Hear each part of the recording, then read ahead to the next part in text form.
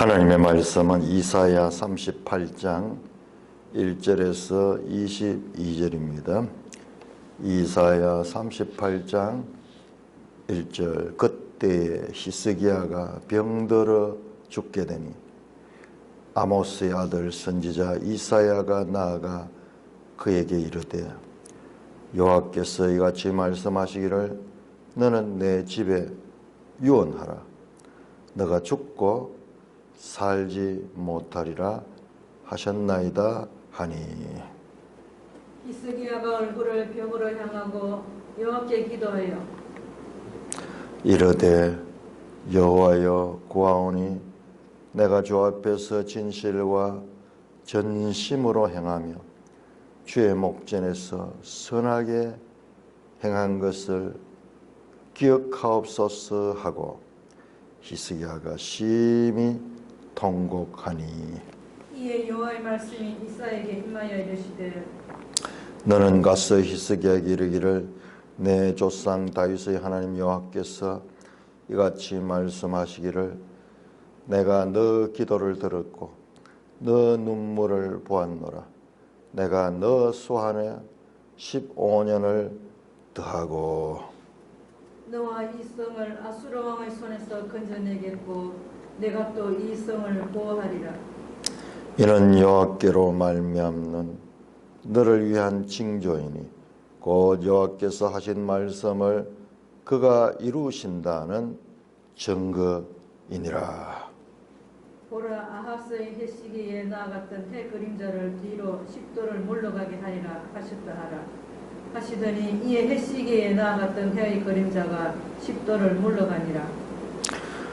유다왕 히스기야가 병들었다가 그의 병이 나은 때에 기록한 글이 이러하니라. 내가 말하기를 나의 중년에 서울의 문에 들어가고 나의 여생을 빼앗기게 되리라 하였도다. 내가 또 말하기를 내가 다시는 여호와를 배웁지 못하리니 사한 자의 땅에서 다시는 여호와를 배웁지 못하겠고 내가 세상의 거민 중에서 한 사람도 다시는 보지 못하리라 하였도다. 나의 끝처는 목자의 장막을 거둠같이 나를 떠나 옮겨졌고 직공이 배를 걷어 마름같이 내가 내 생명을 말았도다. 주께서 나를 틀에서 끊으시리니 조속간에 나를 끝내시리라. 내가 지금까지 건디었사오나 주께서 사자같이 나의 모든 뼈를 꺾으시오니 조석간에 나를 끝내시리라. 나는 제비같이 악같이 지저귀며 비둘기같이 슬피우며 내 눈이 쇠하도록 악마하나이다. 여호와여 내가 압제를 받사오니 나의 중보가 되옵소서.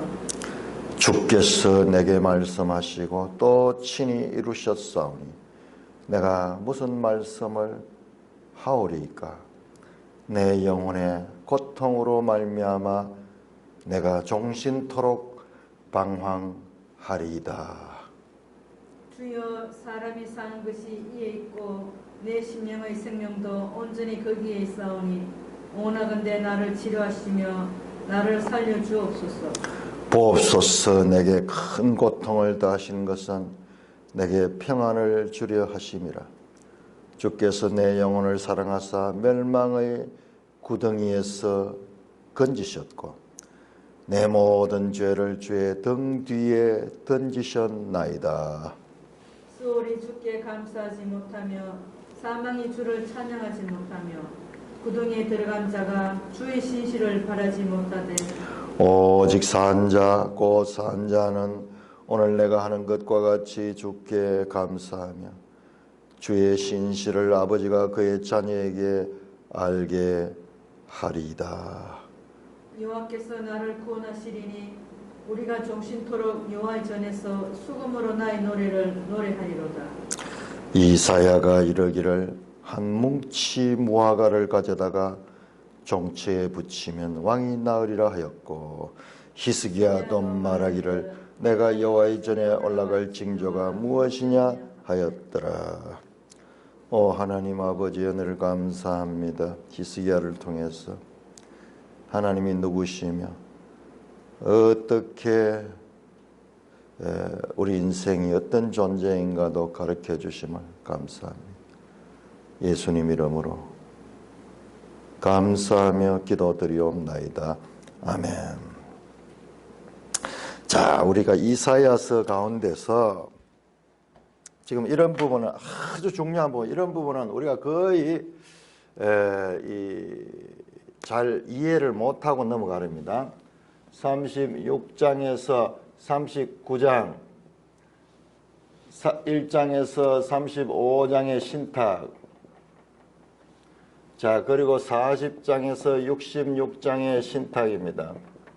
그 중간에 있는 이 역사서의 의미가 무엇인가? 장르가 다르거든요.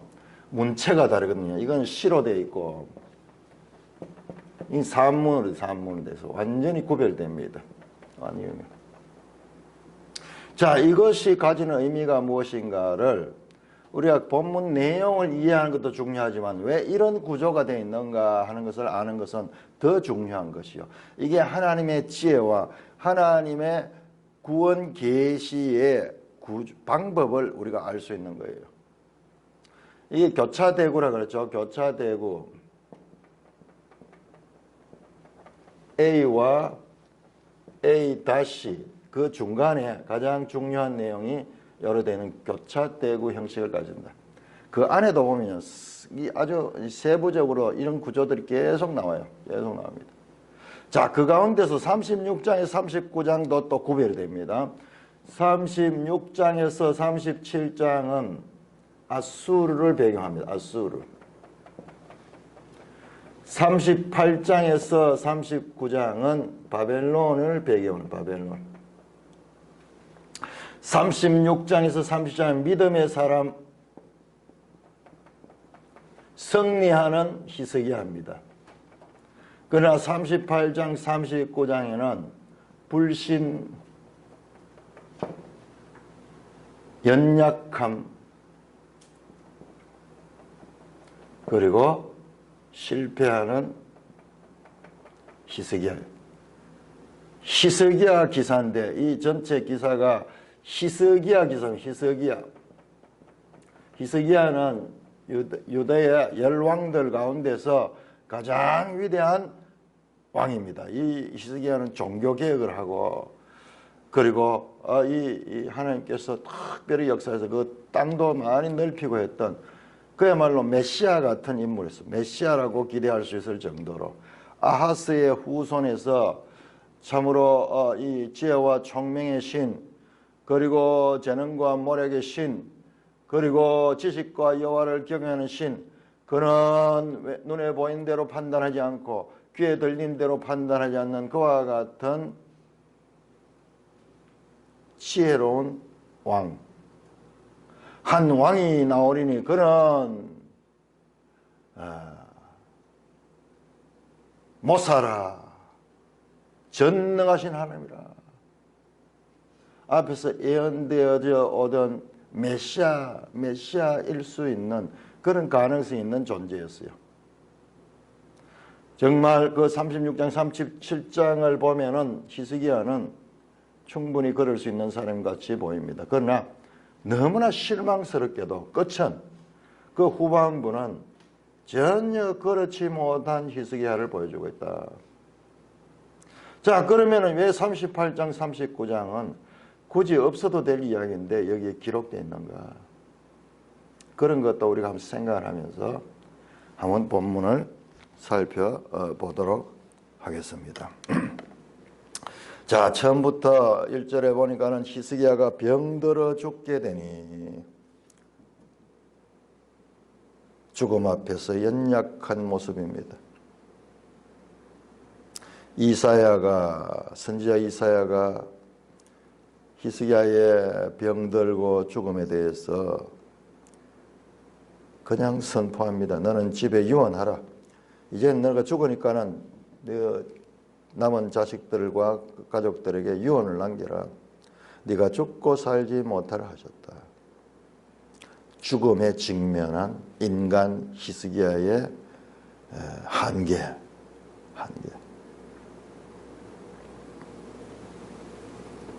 2절입니다. 히스기야의 얼굴을 벽으로 향하여 여호와께 기도하며 이르되 여호와여 구하노니. 이 히스기야의 기도가 보면요, 우리 자세히 봐야 돼요. 우리가 생각하는 기도하고 다릅니다. 내 목숨을 살려주십시오 이렇게 애걸하지 않습니다.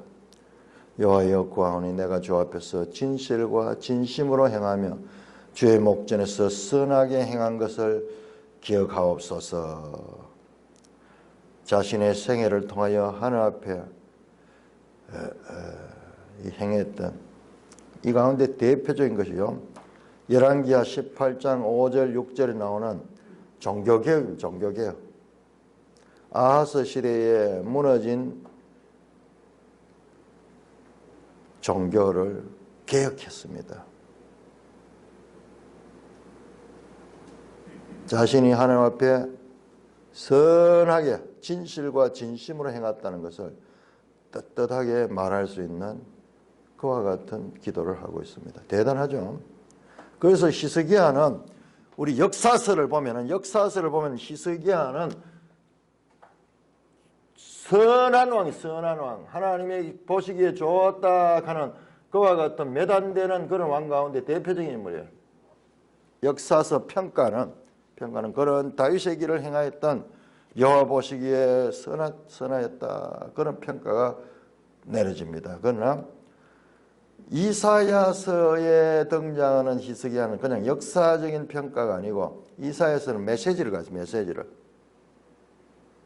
누가 왕이냐, 그리고 하나님은 그 왕을 어떻게 보내실 것인가, 그 왕에 대한 그 메시아에 대한 그 말씀이 이어지는데, 히스기야는 그런 면에서 보면은 그 메시아는 아니다 하는 거예요. 연약한 존재입니다. 심히 통곡했다. 죽음 앞에 선 인간의 연약함. 예, 여호와의 말씀이 이사야에게 임하여 이르시되 너는 가서 히스기야에게 이르되 네 조상 다윗 하나님 여호와께서 이같이 말씀하였다. 내가 너 기도를 들었고 네 눈물을 보았다. 네 수완을 15년을 더하고 너와 이 성을 아수르 왕의 손에 건져내겠다. 하나님께서 이 히스기야의 이 애통하는 기도를 들으시고 하나님께서 그에게 생명을 15년 더 연장하겠다는 말씀입니다. 여기 열왕기는 뭐 좀 더 자세하게 나와 있어요. 좀 더 자세하게. 7절입니다. 이는 여호와께로 말미암는 너를 위한 징조이니 여호와께서 하신 말씀을 그가 이루시는 증거니라. 여기 뭐냐? 증거와 징조가 뭐냐가 8절 말씀 8절. 아하스의 해시계가 뒤로 물러가게 하는 이와 같은 내가 징조를 보였어. 내 말이 확실하다는 증거로 징조를 보내주겠다는 말씀입니다. 이사야에서 우리가 계속 나오는 거죠. 하나님께서 말씀하시고 징조를 보여주신다. 그 약속에 대한 증거를 보여주신다는 말씀입니다. 이 열왕기하 20장에 보면 이 부분이 자세히 나왔어요. 자, 어떻게 할까? 내가 해시기를 앞으로 가게 할까? 뒤로 가게 할까? 그런 거 앞으로 가는 건 정상이니까는 히스기야가 뒤로 가는 건 있을 수 없는 일이거든요. 자연 법칙을 거스르는 기적이 아니고는 할 수 없는 일이거든요. 그래서 뒤로 물러가게 해달라고 요구를 합니다. 정말 그 말대로 해시계가 뒤로 10도를 물러갔습니다.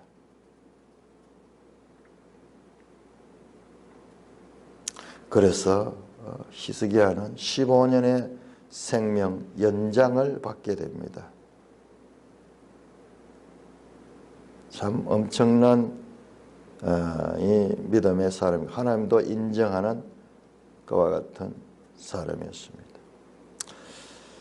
자, 그래서 그 경험을 하고 난 다음에 히스기야가 글을 쓰는 거예요.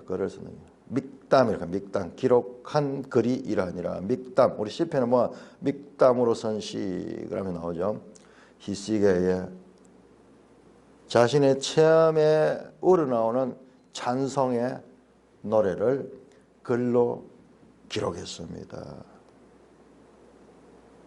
히스기야가 하나님의 병 들었다가 그 병이 나오며 그 생명이 15년 연장되는 그와 같은 기적을 체험하고, 이런 기적을 체험한 사람들은 찬송이 나올 수밖에 없고 그 하나님과 인격적인 관계를 가질 수밖에 없습니다.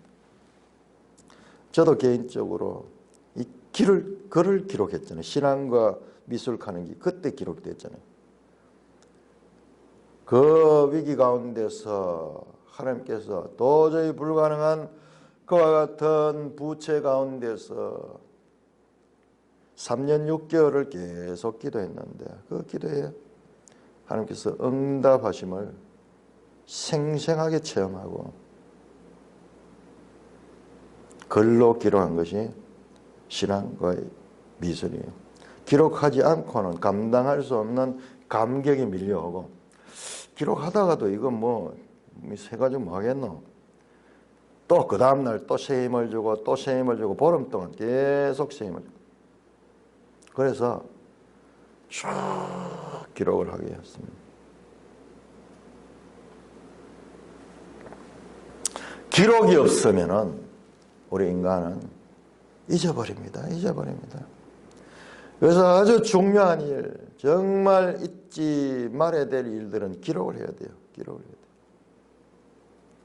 내가 말하기를 10절입니다. 나의 중년에 소울의 문에 들어가고, 이때 히스기야 나이가 39세예요. 39세.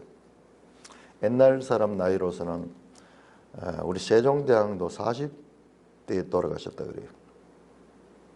내가 말하기를 나의 중년에 소울의 문이 들어가고 나의 여생을 빼앗기게 되리라 하였도다. 소울의 문에 들어가고 여생을 빼앗긴다. 이제 죽음을 이야기합니다. 내가 또 말하기를 내가 다시는 여호와를 배웁지 못하니 산자의 땅에서 다시는 여호와를 배웁지 못. 내가 세상 거민 중에 한 사람도 다시 보지 못하라. 죽음 앞에선 절망, 그 탄식, 사망으로 인해서 이제 하나님과도 분리되고 이 세상과도 분리됨을 표현합니다. 나의 거처는 목자의 장막을 거둠같이 나를 떠나 옮겨졌고 직공의 배를 걷어 마름같이 내가 내 생명을 맡아. 자신의 생명이요 이제 끝이 나는 거. 이 유목민들은 이렇게 텐트 생활을 하니까는 장막을 걷어가지고 또 이동하면서 또 다시 설치하고 또 이동하면서 설치하고 이러듯이 내 인생이 목자의 장막 거둠 같다. 주께서 나를 틀에서 끊으시리니 조석간이 나를 끝내시라. 내가 아침까지 견뎠사오니 주께서 사자같이 나의 모든 뼈를 꺾으시오며 조석간이 나를 끝내시로다. 나는 제비같이 학같이 지저귀며 비둘기같이 슬피 울며 내 눈이 새하도록 악망하리라. 여호와여 내가 압제를 벗으니 나의 중보가 되옵소서. 이 사망에 이 눌려서 지금 이 탄식하고 있는 모습입니다. 여러 가지 비유가 연속적으로 목자의 장막을 거둠같이 또는 직공이 배를 짜다가 그 직공이 작업을 다 끝내고 그 틀을 딱 정리하듯이 사자의 먹잇감처럼 사자 앞에 먹잇감이 나타나면은 그 먹잇감을 사자는 놓치지 않죠. 제비처럼 학같이 비둘기처럼 자신의 무력함에 대한 죽음이라는 이 강력한 세력 앞에 자신의 무력함을 인정하고 있습니다. 죽음 앞에서 우리 인간은 불가항력적이다. 우리가 저항할 수 없이 일방적으로 죽음에게 먹힐 수밖에 없는 그와 같은 인생의 연약함과 무기력함을 말씀하는 거예요. 그러니까 지금 이게 뭐냐? 히스기야의 연약함, 한계, 우리 인생을 대본 인생들, 호흡이 인생을 의지할 이유가 없는 것은 그의 생명은 호흡이 있다. 호흡이 끊어지면 다 끝나는 거예요. 히스기야가 과대평가되지 않도록 지금 히스기야의 인간성을 그대로 그 히스기야는 기록하고 있습니다.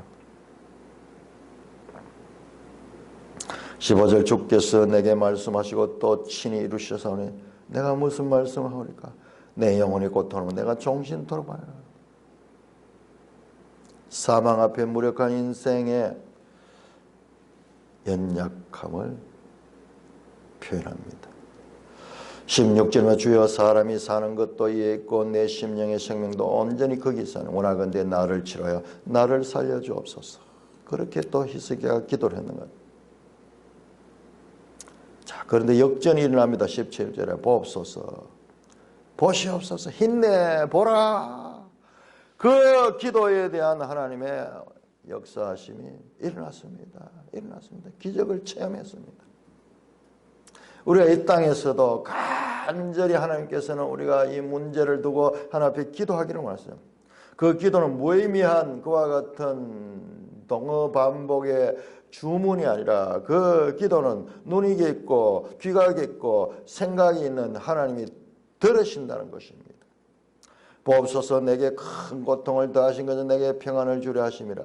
주께서 내 영혼을 사랑하사 멸망의 구덩이에서 건지시고 내 모든 죄를 주의 등 뒤에 던지셨나이다. 죽음의 사망의 골짜기 가운데 어둠 가운데 흑암 가운데 절망했던 그가 그 가운데서 구원을 받으니까는 그 생명이 더 귀하고 그 모든 것을 주가시는 하나님이 더 감사한 거예요. 더 감사. 내게 큰 고통을 다니 내게 평안을 주려 하십니다. 우리의 지금 살아있음 자체가 얼마나 복된 것이고 얼마나 귀한 것인지 우리가 사망의 그늘에 경험하지 못한 자는 그걸 못 느끼는 거예요. 살면서도 계속 불평불만한 거예요. 심지어는 살아서 자기 목숨을 자기가 끊으려 하는 거예요. 그렇게 안 하도 영원한 사망에 눕게 될 텐데 스스로 그것도 조급해서 그리고 그와 같은 그 일의 결과가 얼마나 엄청난 죄악이라는 것을 죄에 죽으면서까지도 죄를 더한다는 것을 모르고 무지한 짓을 하는 거예요. 내 모든 죄를 주의 등 뒤에 던졌다. 죄의 삭시 사망이에요. 그런데 그 이 멸망의 구덩이, 이 사망의 현장에서 하나님의 극적인 드라마틱한 구원을 체험했습니다. 자, 제가 앞에서도 말씀드렸는데 그렇게 우리 인생에서 문제가 있습니다. 문제는 우리를 하나님께 기도하게 하는 하나님 마중물 역할을 한다. 우리는 문제가 없기를 바라지만은 그렇지 않아요. 하나님의 통치에는 문제가 반드시 있어요. 그 문제를 통해서 우리는 하나님께 기도하게 하고 그 간절한 바른 기도, 인내가 섞인 그 기도를 하게 되면은 하나님이 그 기도를 들으실 뿐만 아니라 그 기도의 이 문제 해결은 문제가 아니에요, 사실은. 왜? 하나님과의 관계가 맺어지면은 죽음조차도 승리할 수 있는 영생에 들어가고 이 땅의 모든 부귀 영화를 다 합친 것보다도 주의 전에서 문지기로 하루 잠시 있는 것이 더 낫다고 할 정도로 비교 불가할 정도의 영생의 나라에 편입되기 때문에 그런 것입니다. 히스기야가 하나님의 참으로 은혜를 입고 큰 영천이야. 야, 지금까지 내게 문제를 주셔서 그 문제로 고통을 당한 것조차도 내게 더 큰 평안을 주시기 위한 것이었구나. 역전의 하나님을 찬송합니다. 18절 소리 주께 감사하지 못하며 사망이 주를 찬양하지만 구덩이에 들어간 자가 주의 신실을 바라지 못하고 오직 산자 곧 산자는 내가 하는 것과 같이 주께 감사하며 그의 신실을 아버지가 그의 자녀에게 하게 하라. 죽으면은 우리 인생이 할 수 있는 게 없어요. 감사도 못하고 찬양도 못합니다. 주님의 믿음도 가지지 못합니다. 오직 산자는 오늘 내가 하는 것 같이 감사할 수 있다.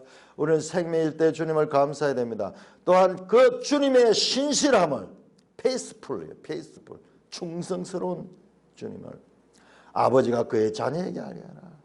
살아서 하는 것이 그 아버지가 그 자녀에게 그 주님의 신실하심과 그 주님의 영광스러움을 가르치는 거야. 야다 알게 한다. 그의 자녀에게 알게 한다. 그 자녀들에게 아버지가 하나님을 알리는 것보다 귀한 것이 없다. 히스기야는 경험했습니다. 짧은 시간 이 어려움을 경험하면서 이제 내 생애가 남은 생애 내 아들들에게 주님을 바로 가르쳐야 되겠다. 그것을 깨우칩니다. 여호와께서 나를 구원하시니. 여기서 구원이 이샤입니다. 이샤. 우리가 종신토록 여호와의 전에 수금으로 나의 노래를 노래하라. 나의 노래. 지금 이 노래 죽음에서 구원받았다. 그러나 히스기야는 15년 후에 다시 죽습니다.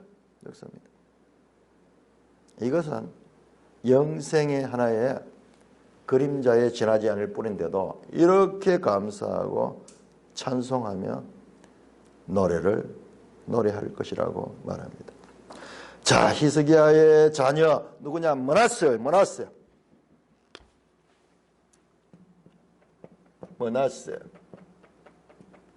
므낫세는 히스기야와 달리 열왕기 평가에서 가장 악한 왕이에요. 아버지의 종교계획을 다 뒤집어 버리는, 그리고 죄의 기간도 깁니다. 이건 길게 왕이 있으면서 죄를 범하는 그 악한 왕이 나옵니다. 히스기야가 참으로 자기 뜻대로 되지 않은 거예요. 자신이 체험했던, 아마 사역에 바빠가지고 종교계획하고 끊임없이 이와 같이 하나님과의 관계는 좋았지만 그 자녀에게 알게 하리라, 그것을 이제 늦게 깨달았던 것 같아요. 그러나 그 자녀가 이 뜻을, 아버지의 뜻을 이루지 못하게 되는 것을 우리는 알게 되는 거예요. 히스기야의 연약성, 히스기야의 무능함, 그런 면에서 히스기야 무능하는 겁니다. 21절 이사야가 이르기를 한 뭉치 무화과를 가지고 종지에 붙인 왕이 나으리라. 그러면서 그가 병들었다가 나았던 그 징조에 대한 말씀이 사이에 나오고 있습니다.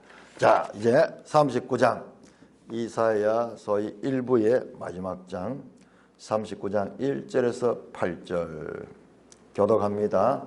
39장 1절 그때의 발라단의 아들 바벨론 왕 머르닥 발라단이 히스기야가 병들었다가 나았다 함을 듣고 히스기야에게 글과 예물을 보낸지라.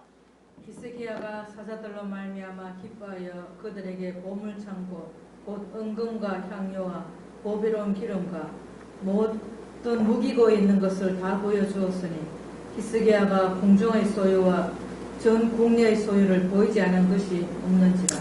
예, 선지자 이사야가 히스기야 왕에게 나와 묻되 그 사람들이 무슨 말을 하였으며 어디서 왕에게 왔나이까 하니 히스기야가 이르되 그들이 원방 곧 바벨론에서 내게 왔나이다 하니라. 이사야가 이르되 그들이 왕의 궁전에서 무엇을 보았나이까 하니 히스기야가 대답하되 그들이 내 궁전에 있는 것을 다 보았나이다. 내 창고에 있는 것으로 보이지 아니한 보물이 하나도 없나이다 하니라. 이사야가 히스기야에게 이르되 왕은 만군의 여호와의 말씀을 들으소서. 보라, 날이 이르리니 내 집에 있는 모든 소유와 내 조상들이 오늘까지 쌓아둔 것이 모두 바벨론으로 옮긴 바 되고 남을 것이 없으리라. 여호와의 말이니라. 또 내게서 태어날 자손 중에서 맺이 사로잡혀 바벨론 왕궁의 환관이 되리라 하셨나이다 하니 히스기야가 이사에게 이르되 당신이 이른바 여호와의 말씀이 좋소이다 하고 또 이르되 내 생전에는 평안과 견고함이 있으리로다 하니라. 자, 히스기야가 이 병 가운데 이 하나님의 은혜를 입고 그 이 고침을 받고 15년의 생명 이 연장이 되었습니다. 이 소문이 여러 나라로 퍼져나갔어요.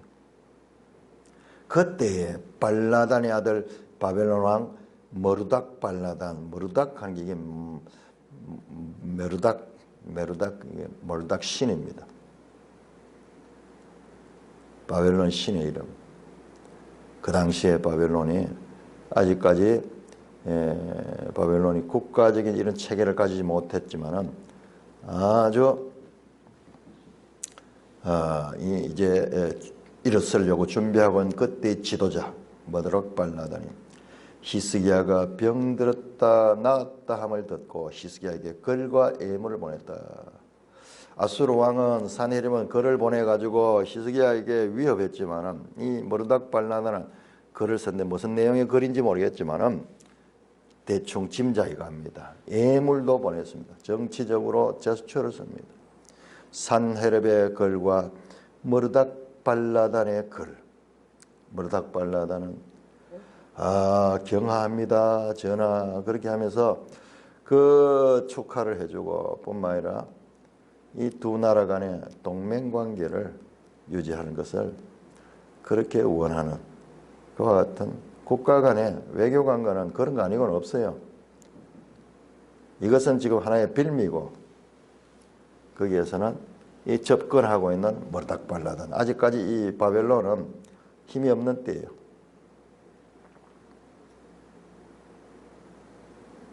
히스기야에게 글과 히스기야가 사자들로 말미암아 기뻐하며 저 바벨론에서 사자들이 왔어요. 외교관들이 와서 외교 사절들이 와서 그렇게 이 선물과 그리고 왕의 친서를 가지고 옵니다. 요즘도 보면 이런 거 보면은 뭐 트럼프 대통령이 김정은이 친서다 그러면서 이렇게 들어 보여주기도 하고 그런 내용들이죠. 그들에게 보물창고 곧 은금과 향료와 보배로 옮기는 것 모든 무기 있는 것 다 보여주었다. 다 보여줬다. 공중의 모든 소유와 국내 소유를 보이지 아니한 것이 없는지라. 자, 우리는 오늘 이 기사를 가지고만한 이 히스기야의 행동이 평가하기가 힘들어요. 이 기사만 가지고는 해석하기 나름이에요. 자신의 국력을 보여줘가지고 바벨론에게 자신들의 국력이 강함도 보여주고, 그 다음에 이 바벨론과도 이런 면에서 서로 동맹관계를 맺을 수 있는 그런 그 친화적인 제스처로도 볼 수 있습니다. 자, 역대하 32장. 자, 이 기사들은 히스기야 기사는 세 군데 나온다 했죠. 이사야와 열왕기와 역대하에 다 나옵니다. 역대하 32장 25절 24절부터 보면 그때 히스기야가 병들어 죽게 되었으므로 여호와께 기도하고 여호와께서 그에게 대답하시고 또 이적을 보이셨으나 히스기야가 마음이 교만하여 그 받은 은혜를 보답하지 아니하므로 진노가 유다와 예루살렘에 내리게 되었다.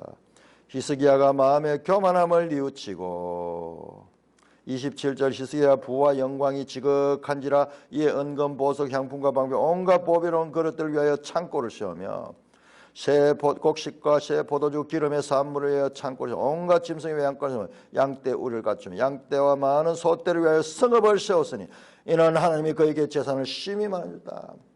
히스기야가 큰 나라가 강대해지고 부유해졌습니다.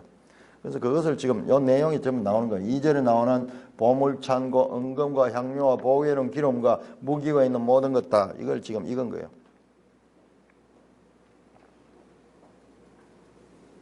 히스기야가 이와 같은 물질적 축복을 받은 것에 대한 교만한 마음도 들었고 또 그로 인해서 경솔하게 그런 적군에게 여호와 하나님께서 우리를 이와 같이 아수르의 손에서 구원해줬다 증거하기보다는 자기의 힘과 자기의 능력과 자기의 소유들을 통하여서 자랑하고 있는 모습입니다.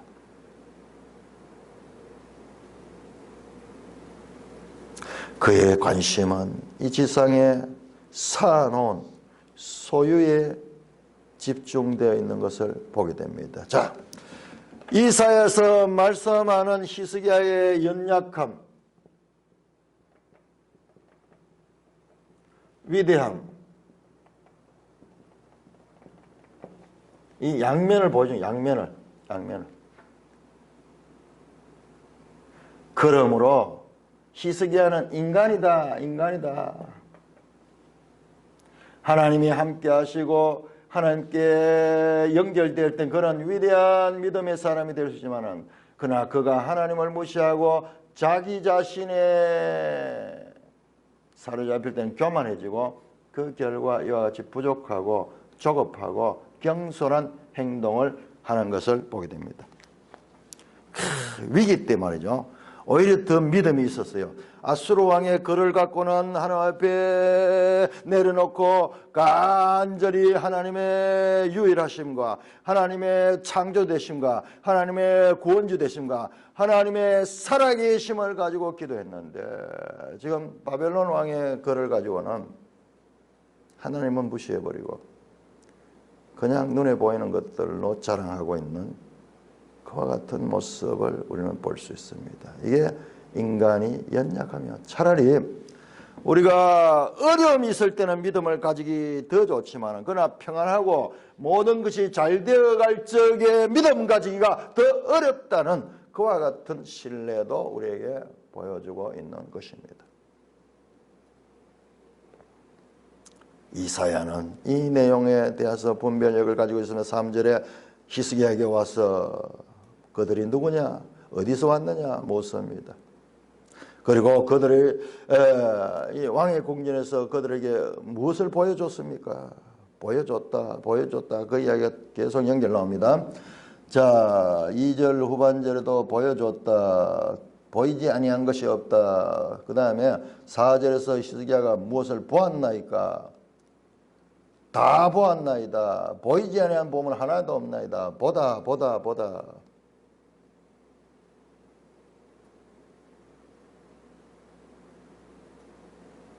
히스기야는 자신의 감정에 치우쳐서 보이지 말아야 될 것들을 보여준 것 같아요. 5절입니다. 이사야가 히스기야에게 이르되 왕은 만군의 여호와의 말씀을 들었소서.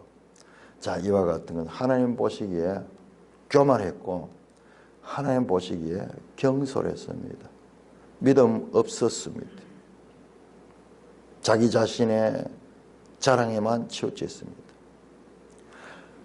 여호와의 말씀이 임합니다. 보라, 날이 이르니 내 집에 있는 모든 소유와 내 조상이 오늘까지 쌓아둔 것이 모두 바벨론으로 옮기되고 남은 것이 없으리라. 여호와의 말이나. 또 네게서 태어날 자손 중에 맺히 사로잡혀 바벨론 왕궁의 황관이 되리라. 자, 지금 아수르의 시대는 끝이 나게 됩니다. 아수르는 600년경 후반부에 아수르 시대는 저물고 바벨론 시대는 다시 이렇게 시작이 됩니다. 바벨론이 제국의 중심으로 등장하는, 물론 히스기야 시대는 아직까지 600년대, 지금 이 시기는 한 700년에서 600년대 후반입니다. 후반. 이제 100년이 가지 못했어. 100년이 가지 못했어. 이때로 치면은 100년이 아니라 한 80년 또는 70년 가지 못해서 이제 바벨론의 나보폴라살, 그를 이은 그 아들 느부갓네살에 의해서 바벨론은 이 아수르의 지위를 다시 빼앗게 될 것이에요. 장차 히스기야 본인과는 관계없지만 장차 그렇게 되겠다. 바벨론 시대가 올 것을 여기에서 지금 말씀하고 있습니다. 그리고 그 바벨론은 어떻게 하느냐? 아수르에서는 너희가 살아남았지만 바벨론에서는 다 망한다. 곰은 피했지만은 사자를 만나게 된다. 다 옮기게 되다. 당신이 자랑했던 이 모든 자랑들이 다 그들에게 약탈될 것이다. 뿐만 아니라 네게서 태어날 자손 중에서 다윗의 후손들이죠. 다윗의 후손들 중에서 몇이 사로잡아 바벨론 왕궁의 황관이 되려 하라. 그게 누구냐? 다니엘이에요. 다니엘. 에스겔 같은 사람들. 전부 다 이 귀족들이고 왕궁 소속 사람들이었어요. 그냥 평민들을 포로로 잡아간 거 아니에요.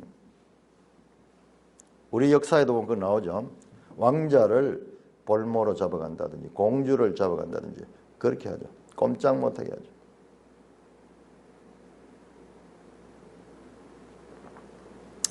이런 느부갓네살을 통해 크게 3차례에 이 포로로 잡아가잖아요.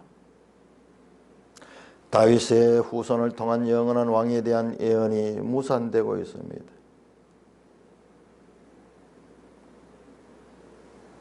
히스기야가 이사야에게 이르되 당신은 이런 바 여호와의 말씀이 좋습니다. 하나님의 말씀을 그대로 인정합니다. 그리고 내 생전에는 평안과 경고함이다. 이렇게 끝이 나버려요.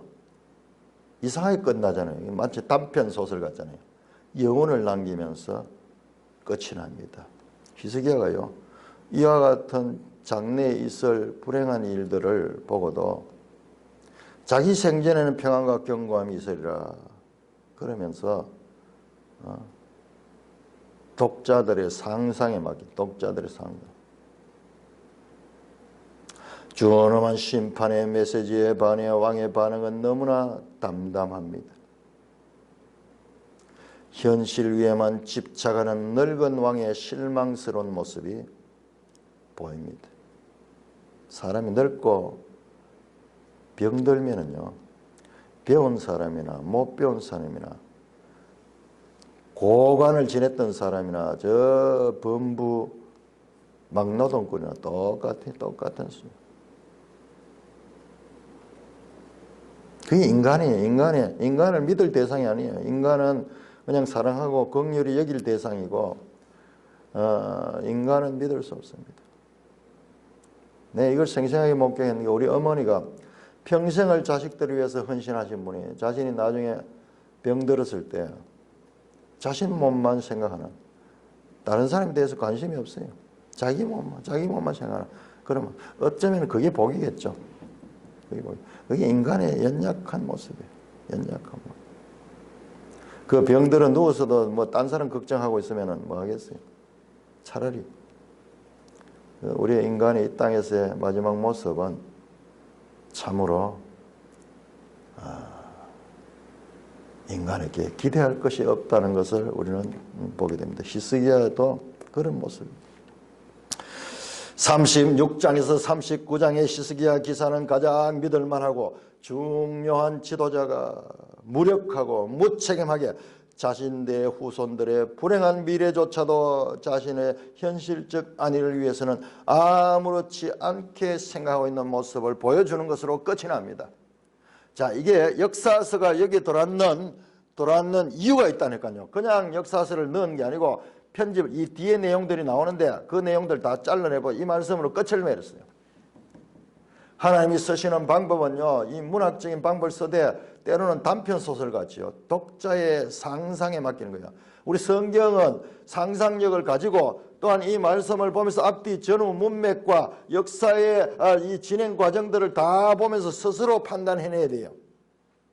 성경 읽기는 그냥 단순하게 한 절 한 절 읽어서 이해할 수도 있지만 그걸 가지고는 하나님 뜻을 알 수 없어요. 우리 다음에 이제 창세기를 공부하게 되는데 지금은 이 역사 이야기죠. 나라 왕들 이야기고 세계사의 이야기지만 창세기는 가족들 간의 개인의 이야기들이에요. 그럼에도 불구하고 그 이야기는 장차 있을 이와 같은 왕정시대까지도 연결되는 것이에요. 또 반대로 이 왕정시대의 이 역사 이야기가 나오기 전에는 이미 이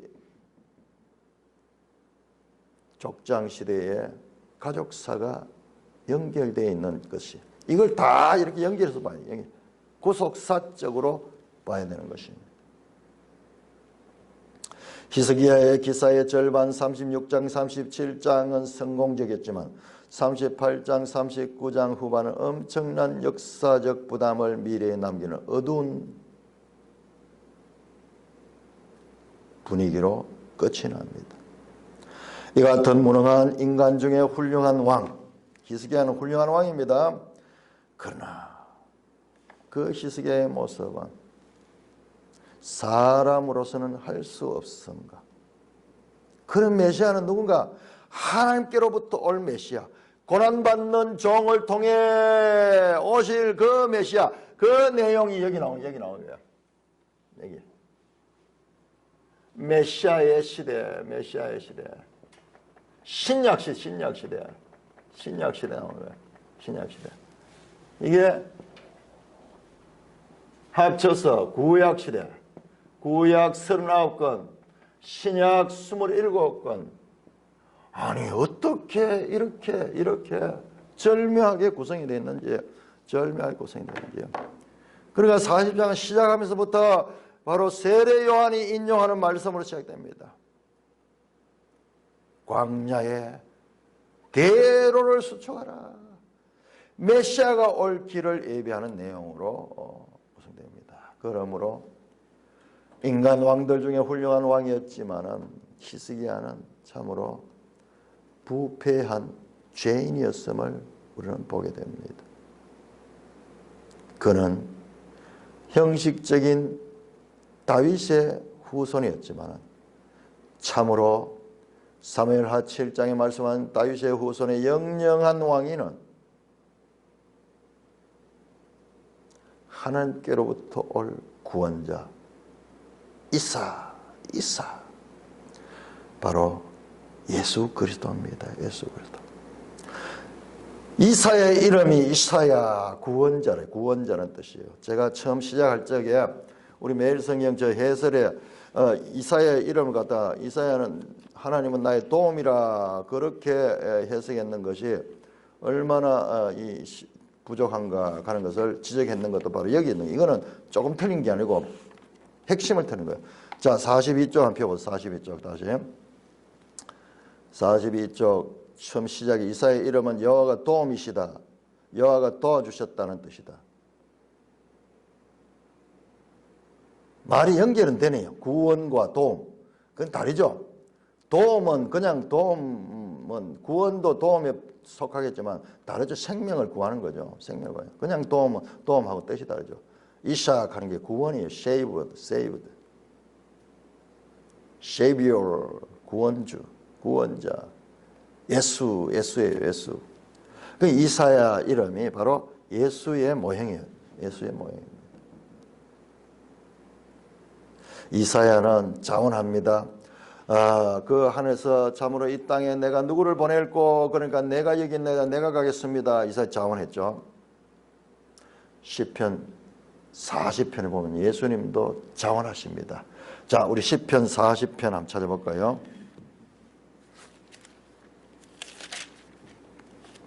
시편 40편 7절 8절 여기 히브리스에 인용된 히브리스 10장 5절 7절에서 인용되는 말씀입니다. 7절입니다. 40장 7절 그때 내가 말하기를 내가 왔나이다. 나를 가리켜 기록한 것이 두루마리 책에 있나이다. 나의 하나님이여 내가 주의 뜻 행하기를 즐겨오니 주의 법이 나의 심중에 있나이다 했나이다. 이사야가 자원해서 선지자했듯이요. 정말 예수가 자원해서 하나님의 구속 사역을 위하여 이 땅에 오실 것입니다. 히스기야는 불완전한 신앙의 왕으로 묘사되므로 이상적인 다윗 왕조의 회복의 비전과는 거리가 멉니다. 다윗의 후손을 그분은 다윗의 후손이면서도 뿌리가 되고 조상이 되시는 분이에요. 바로 예수 그리스도. 그러므로 이사야서는 저 신약 시대를 향하여 예수 그리스도를 향하여 대로를 속촉하고 있는 그와 같은 내용으로 구성된 책이다. 우리가 2달 동안 이사야서를 공부를 했습니다. 이 구조를 보았습니다. 이 구조, 우리가 지금 40장에서 66장 못 봤는데 지금 이와 같은 구조를 이 전반부에 나온 것을 이해를 하면서 저 후반부를 읽을 때 이 후반부도 제대로 이해될 것입니다. 이 2달 동안 우리의 건강을 지켜주시고 그 여름 무더위 가운데서 이 말씀으로 실험하게 하시며 또한 많은 믿음의 선생들을 통하여 이 사회를 깨달을 수 있도록 좋은 책들도 보여주시고 그리고 건강도 지켜주신 하나님을 찬송합니다. 우리 생에 있어서 이 2달은 참으로 저 에베레스트 산의 저 히말라야 산맥의 에베레스트산 그리고 마나술루 산 또한 안나푸르나 산 같은 고봉들을 등반하는 성경의 고봉들을 등반하는 아주 복된 귀한 시간이었음을 다시 한번 하나님께 감사하고 그 등반을 할 수 있도록 힘주시고 그리고 안내해 주신 성령 하나님께 찬송을 돌립니다.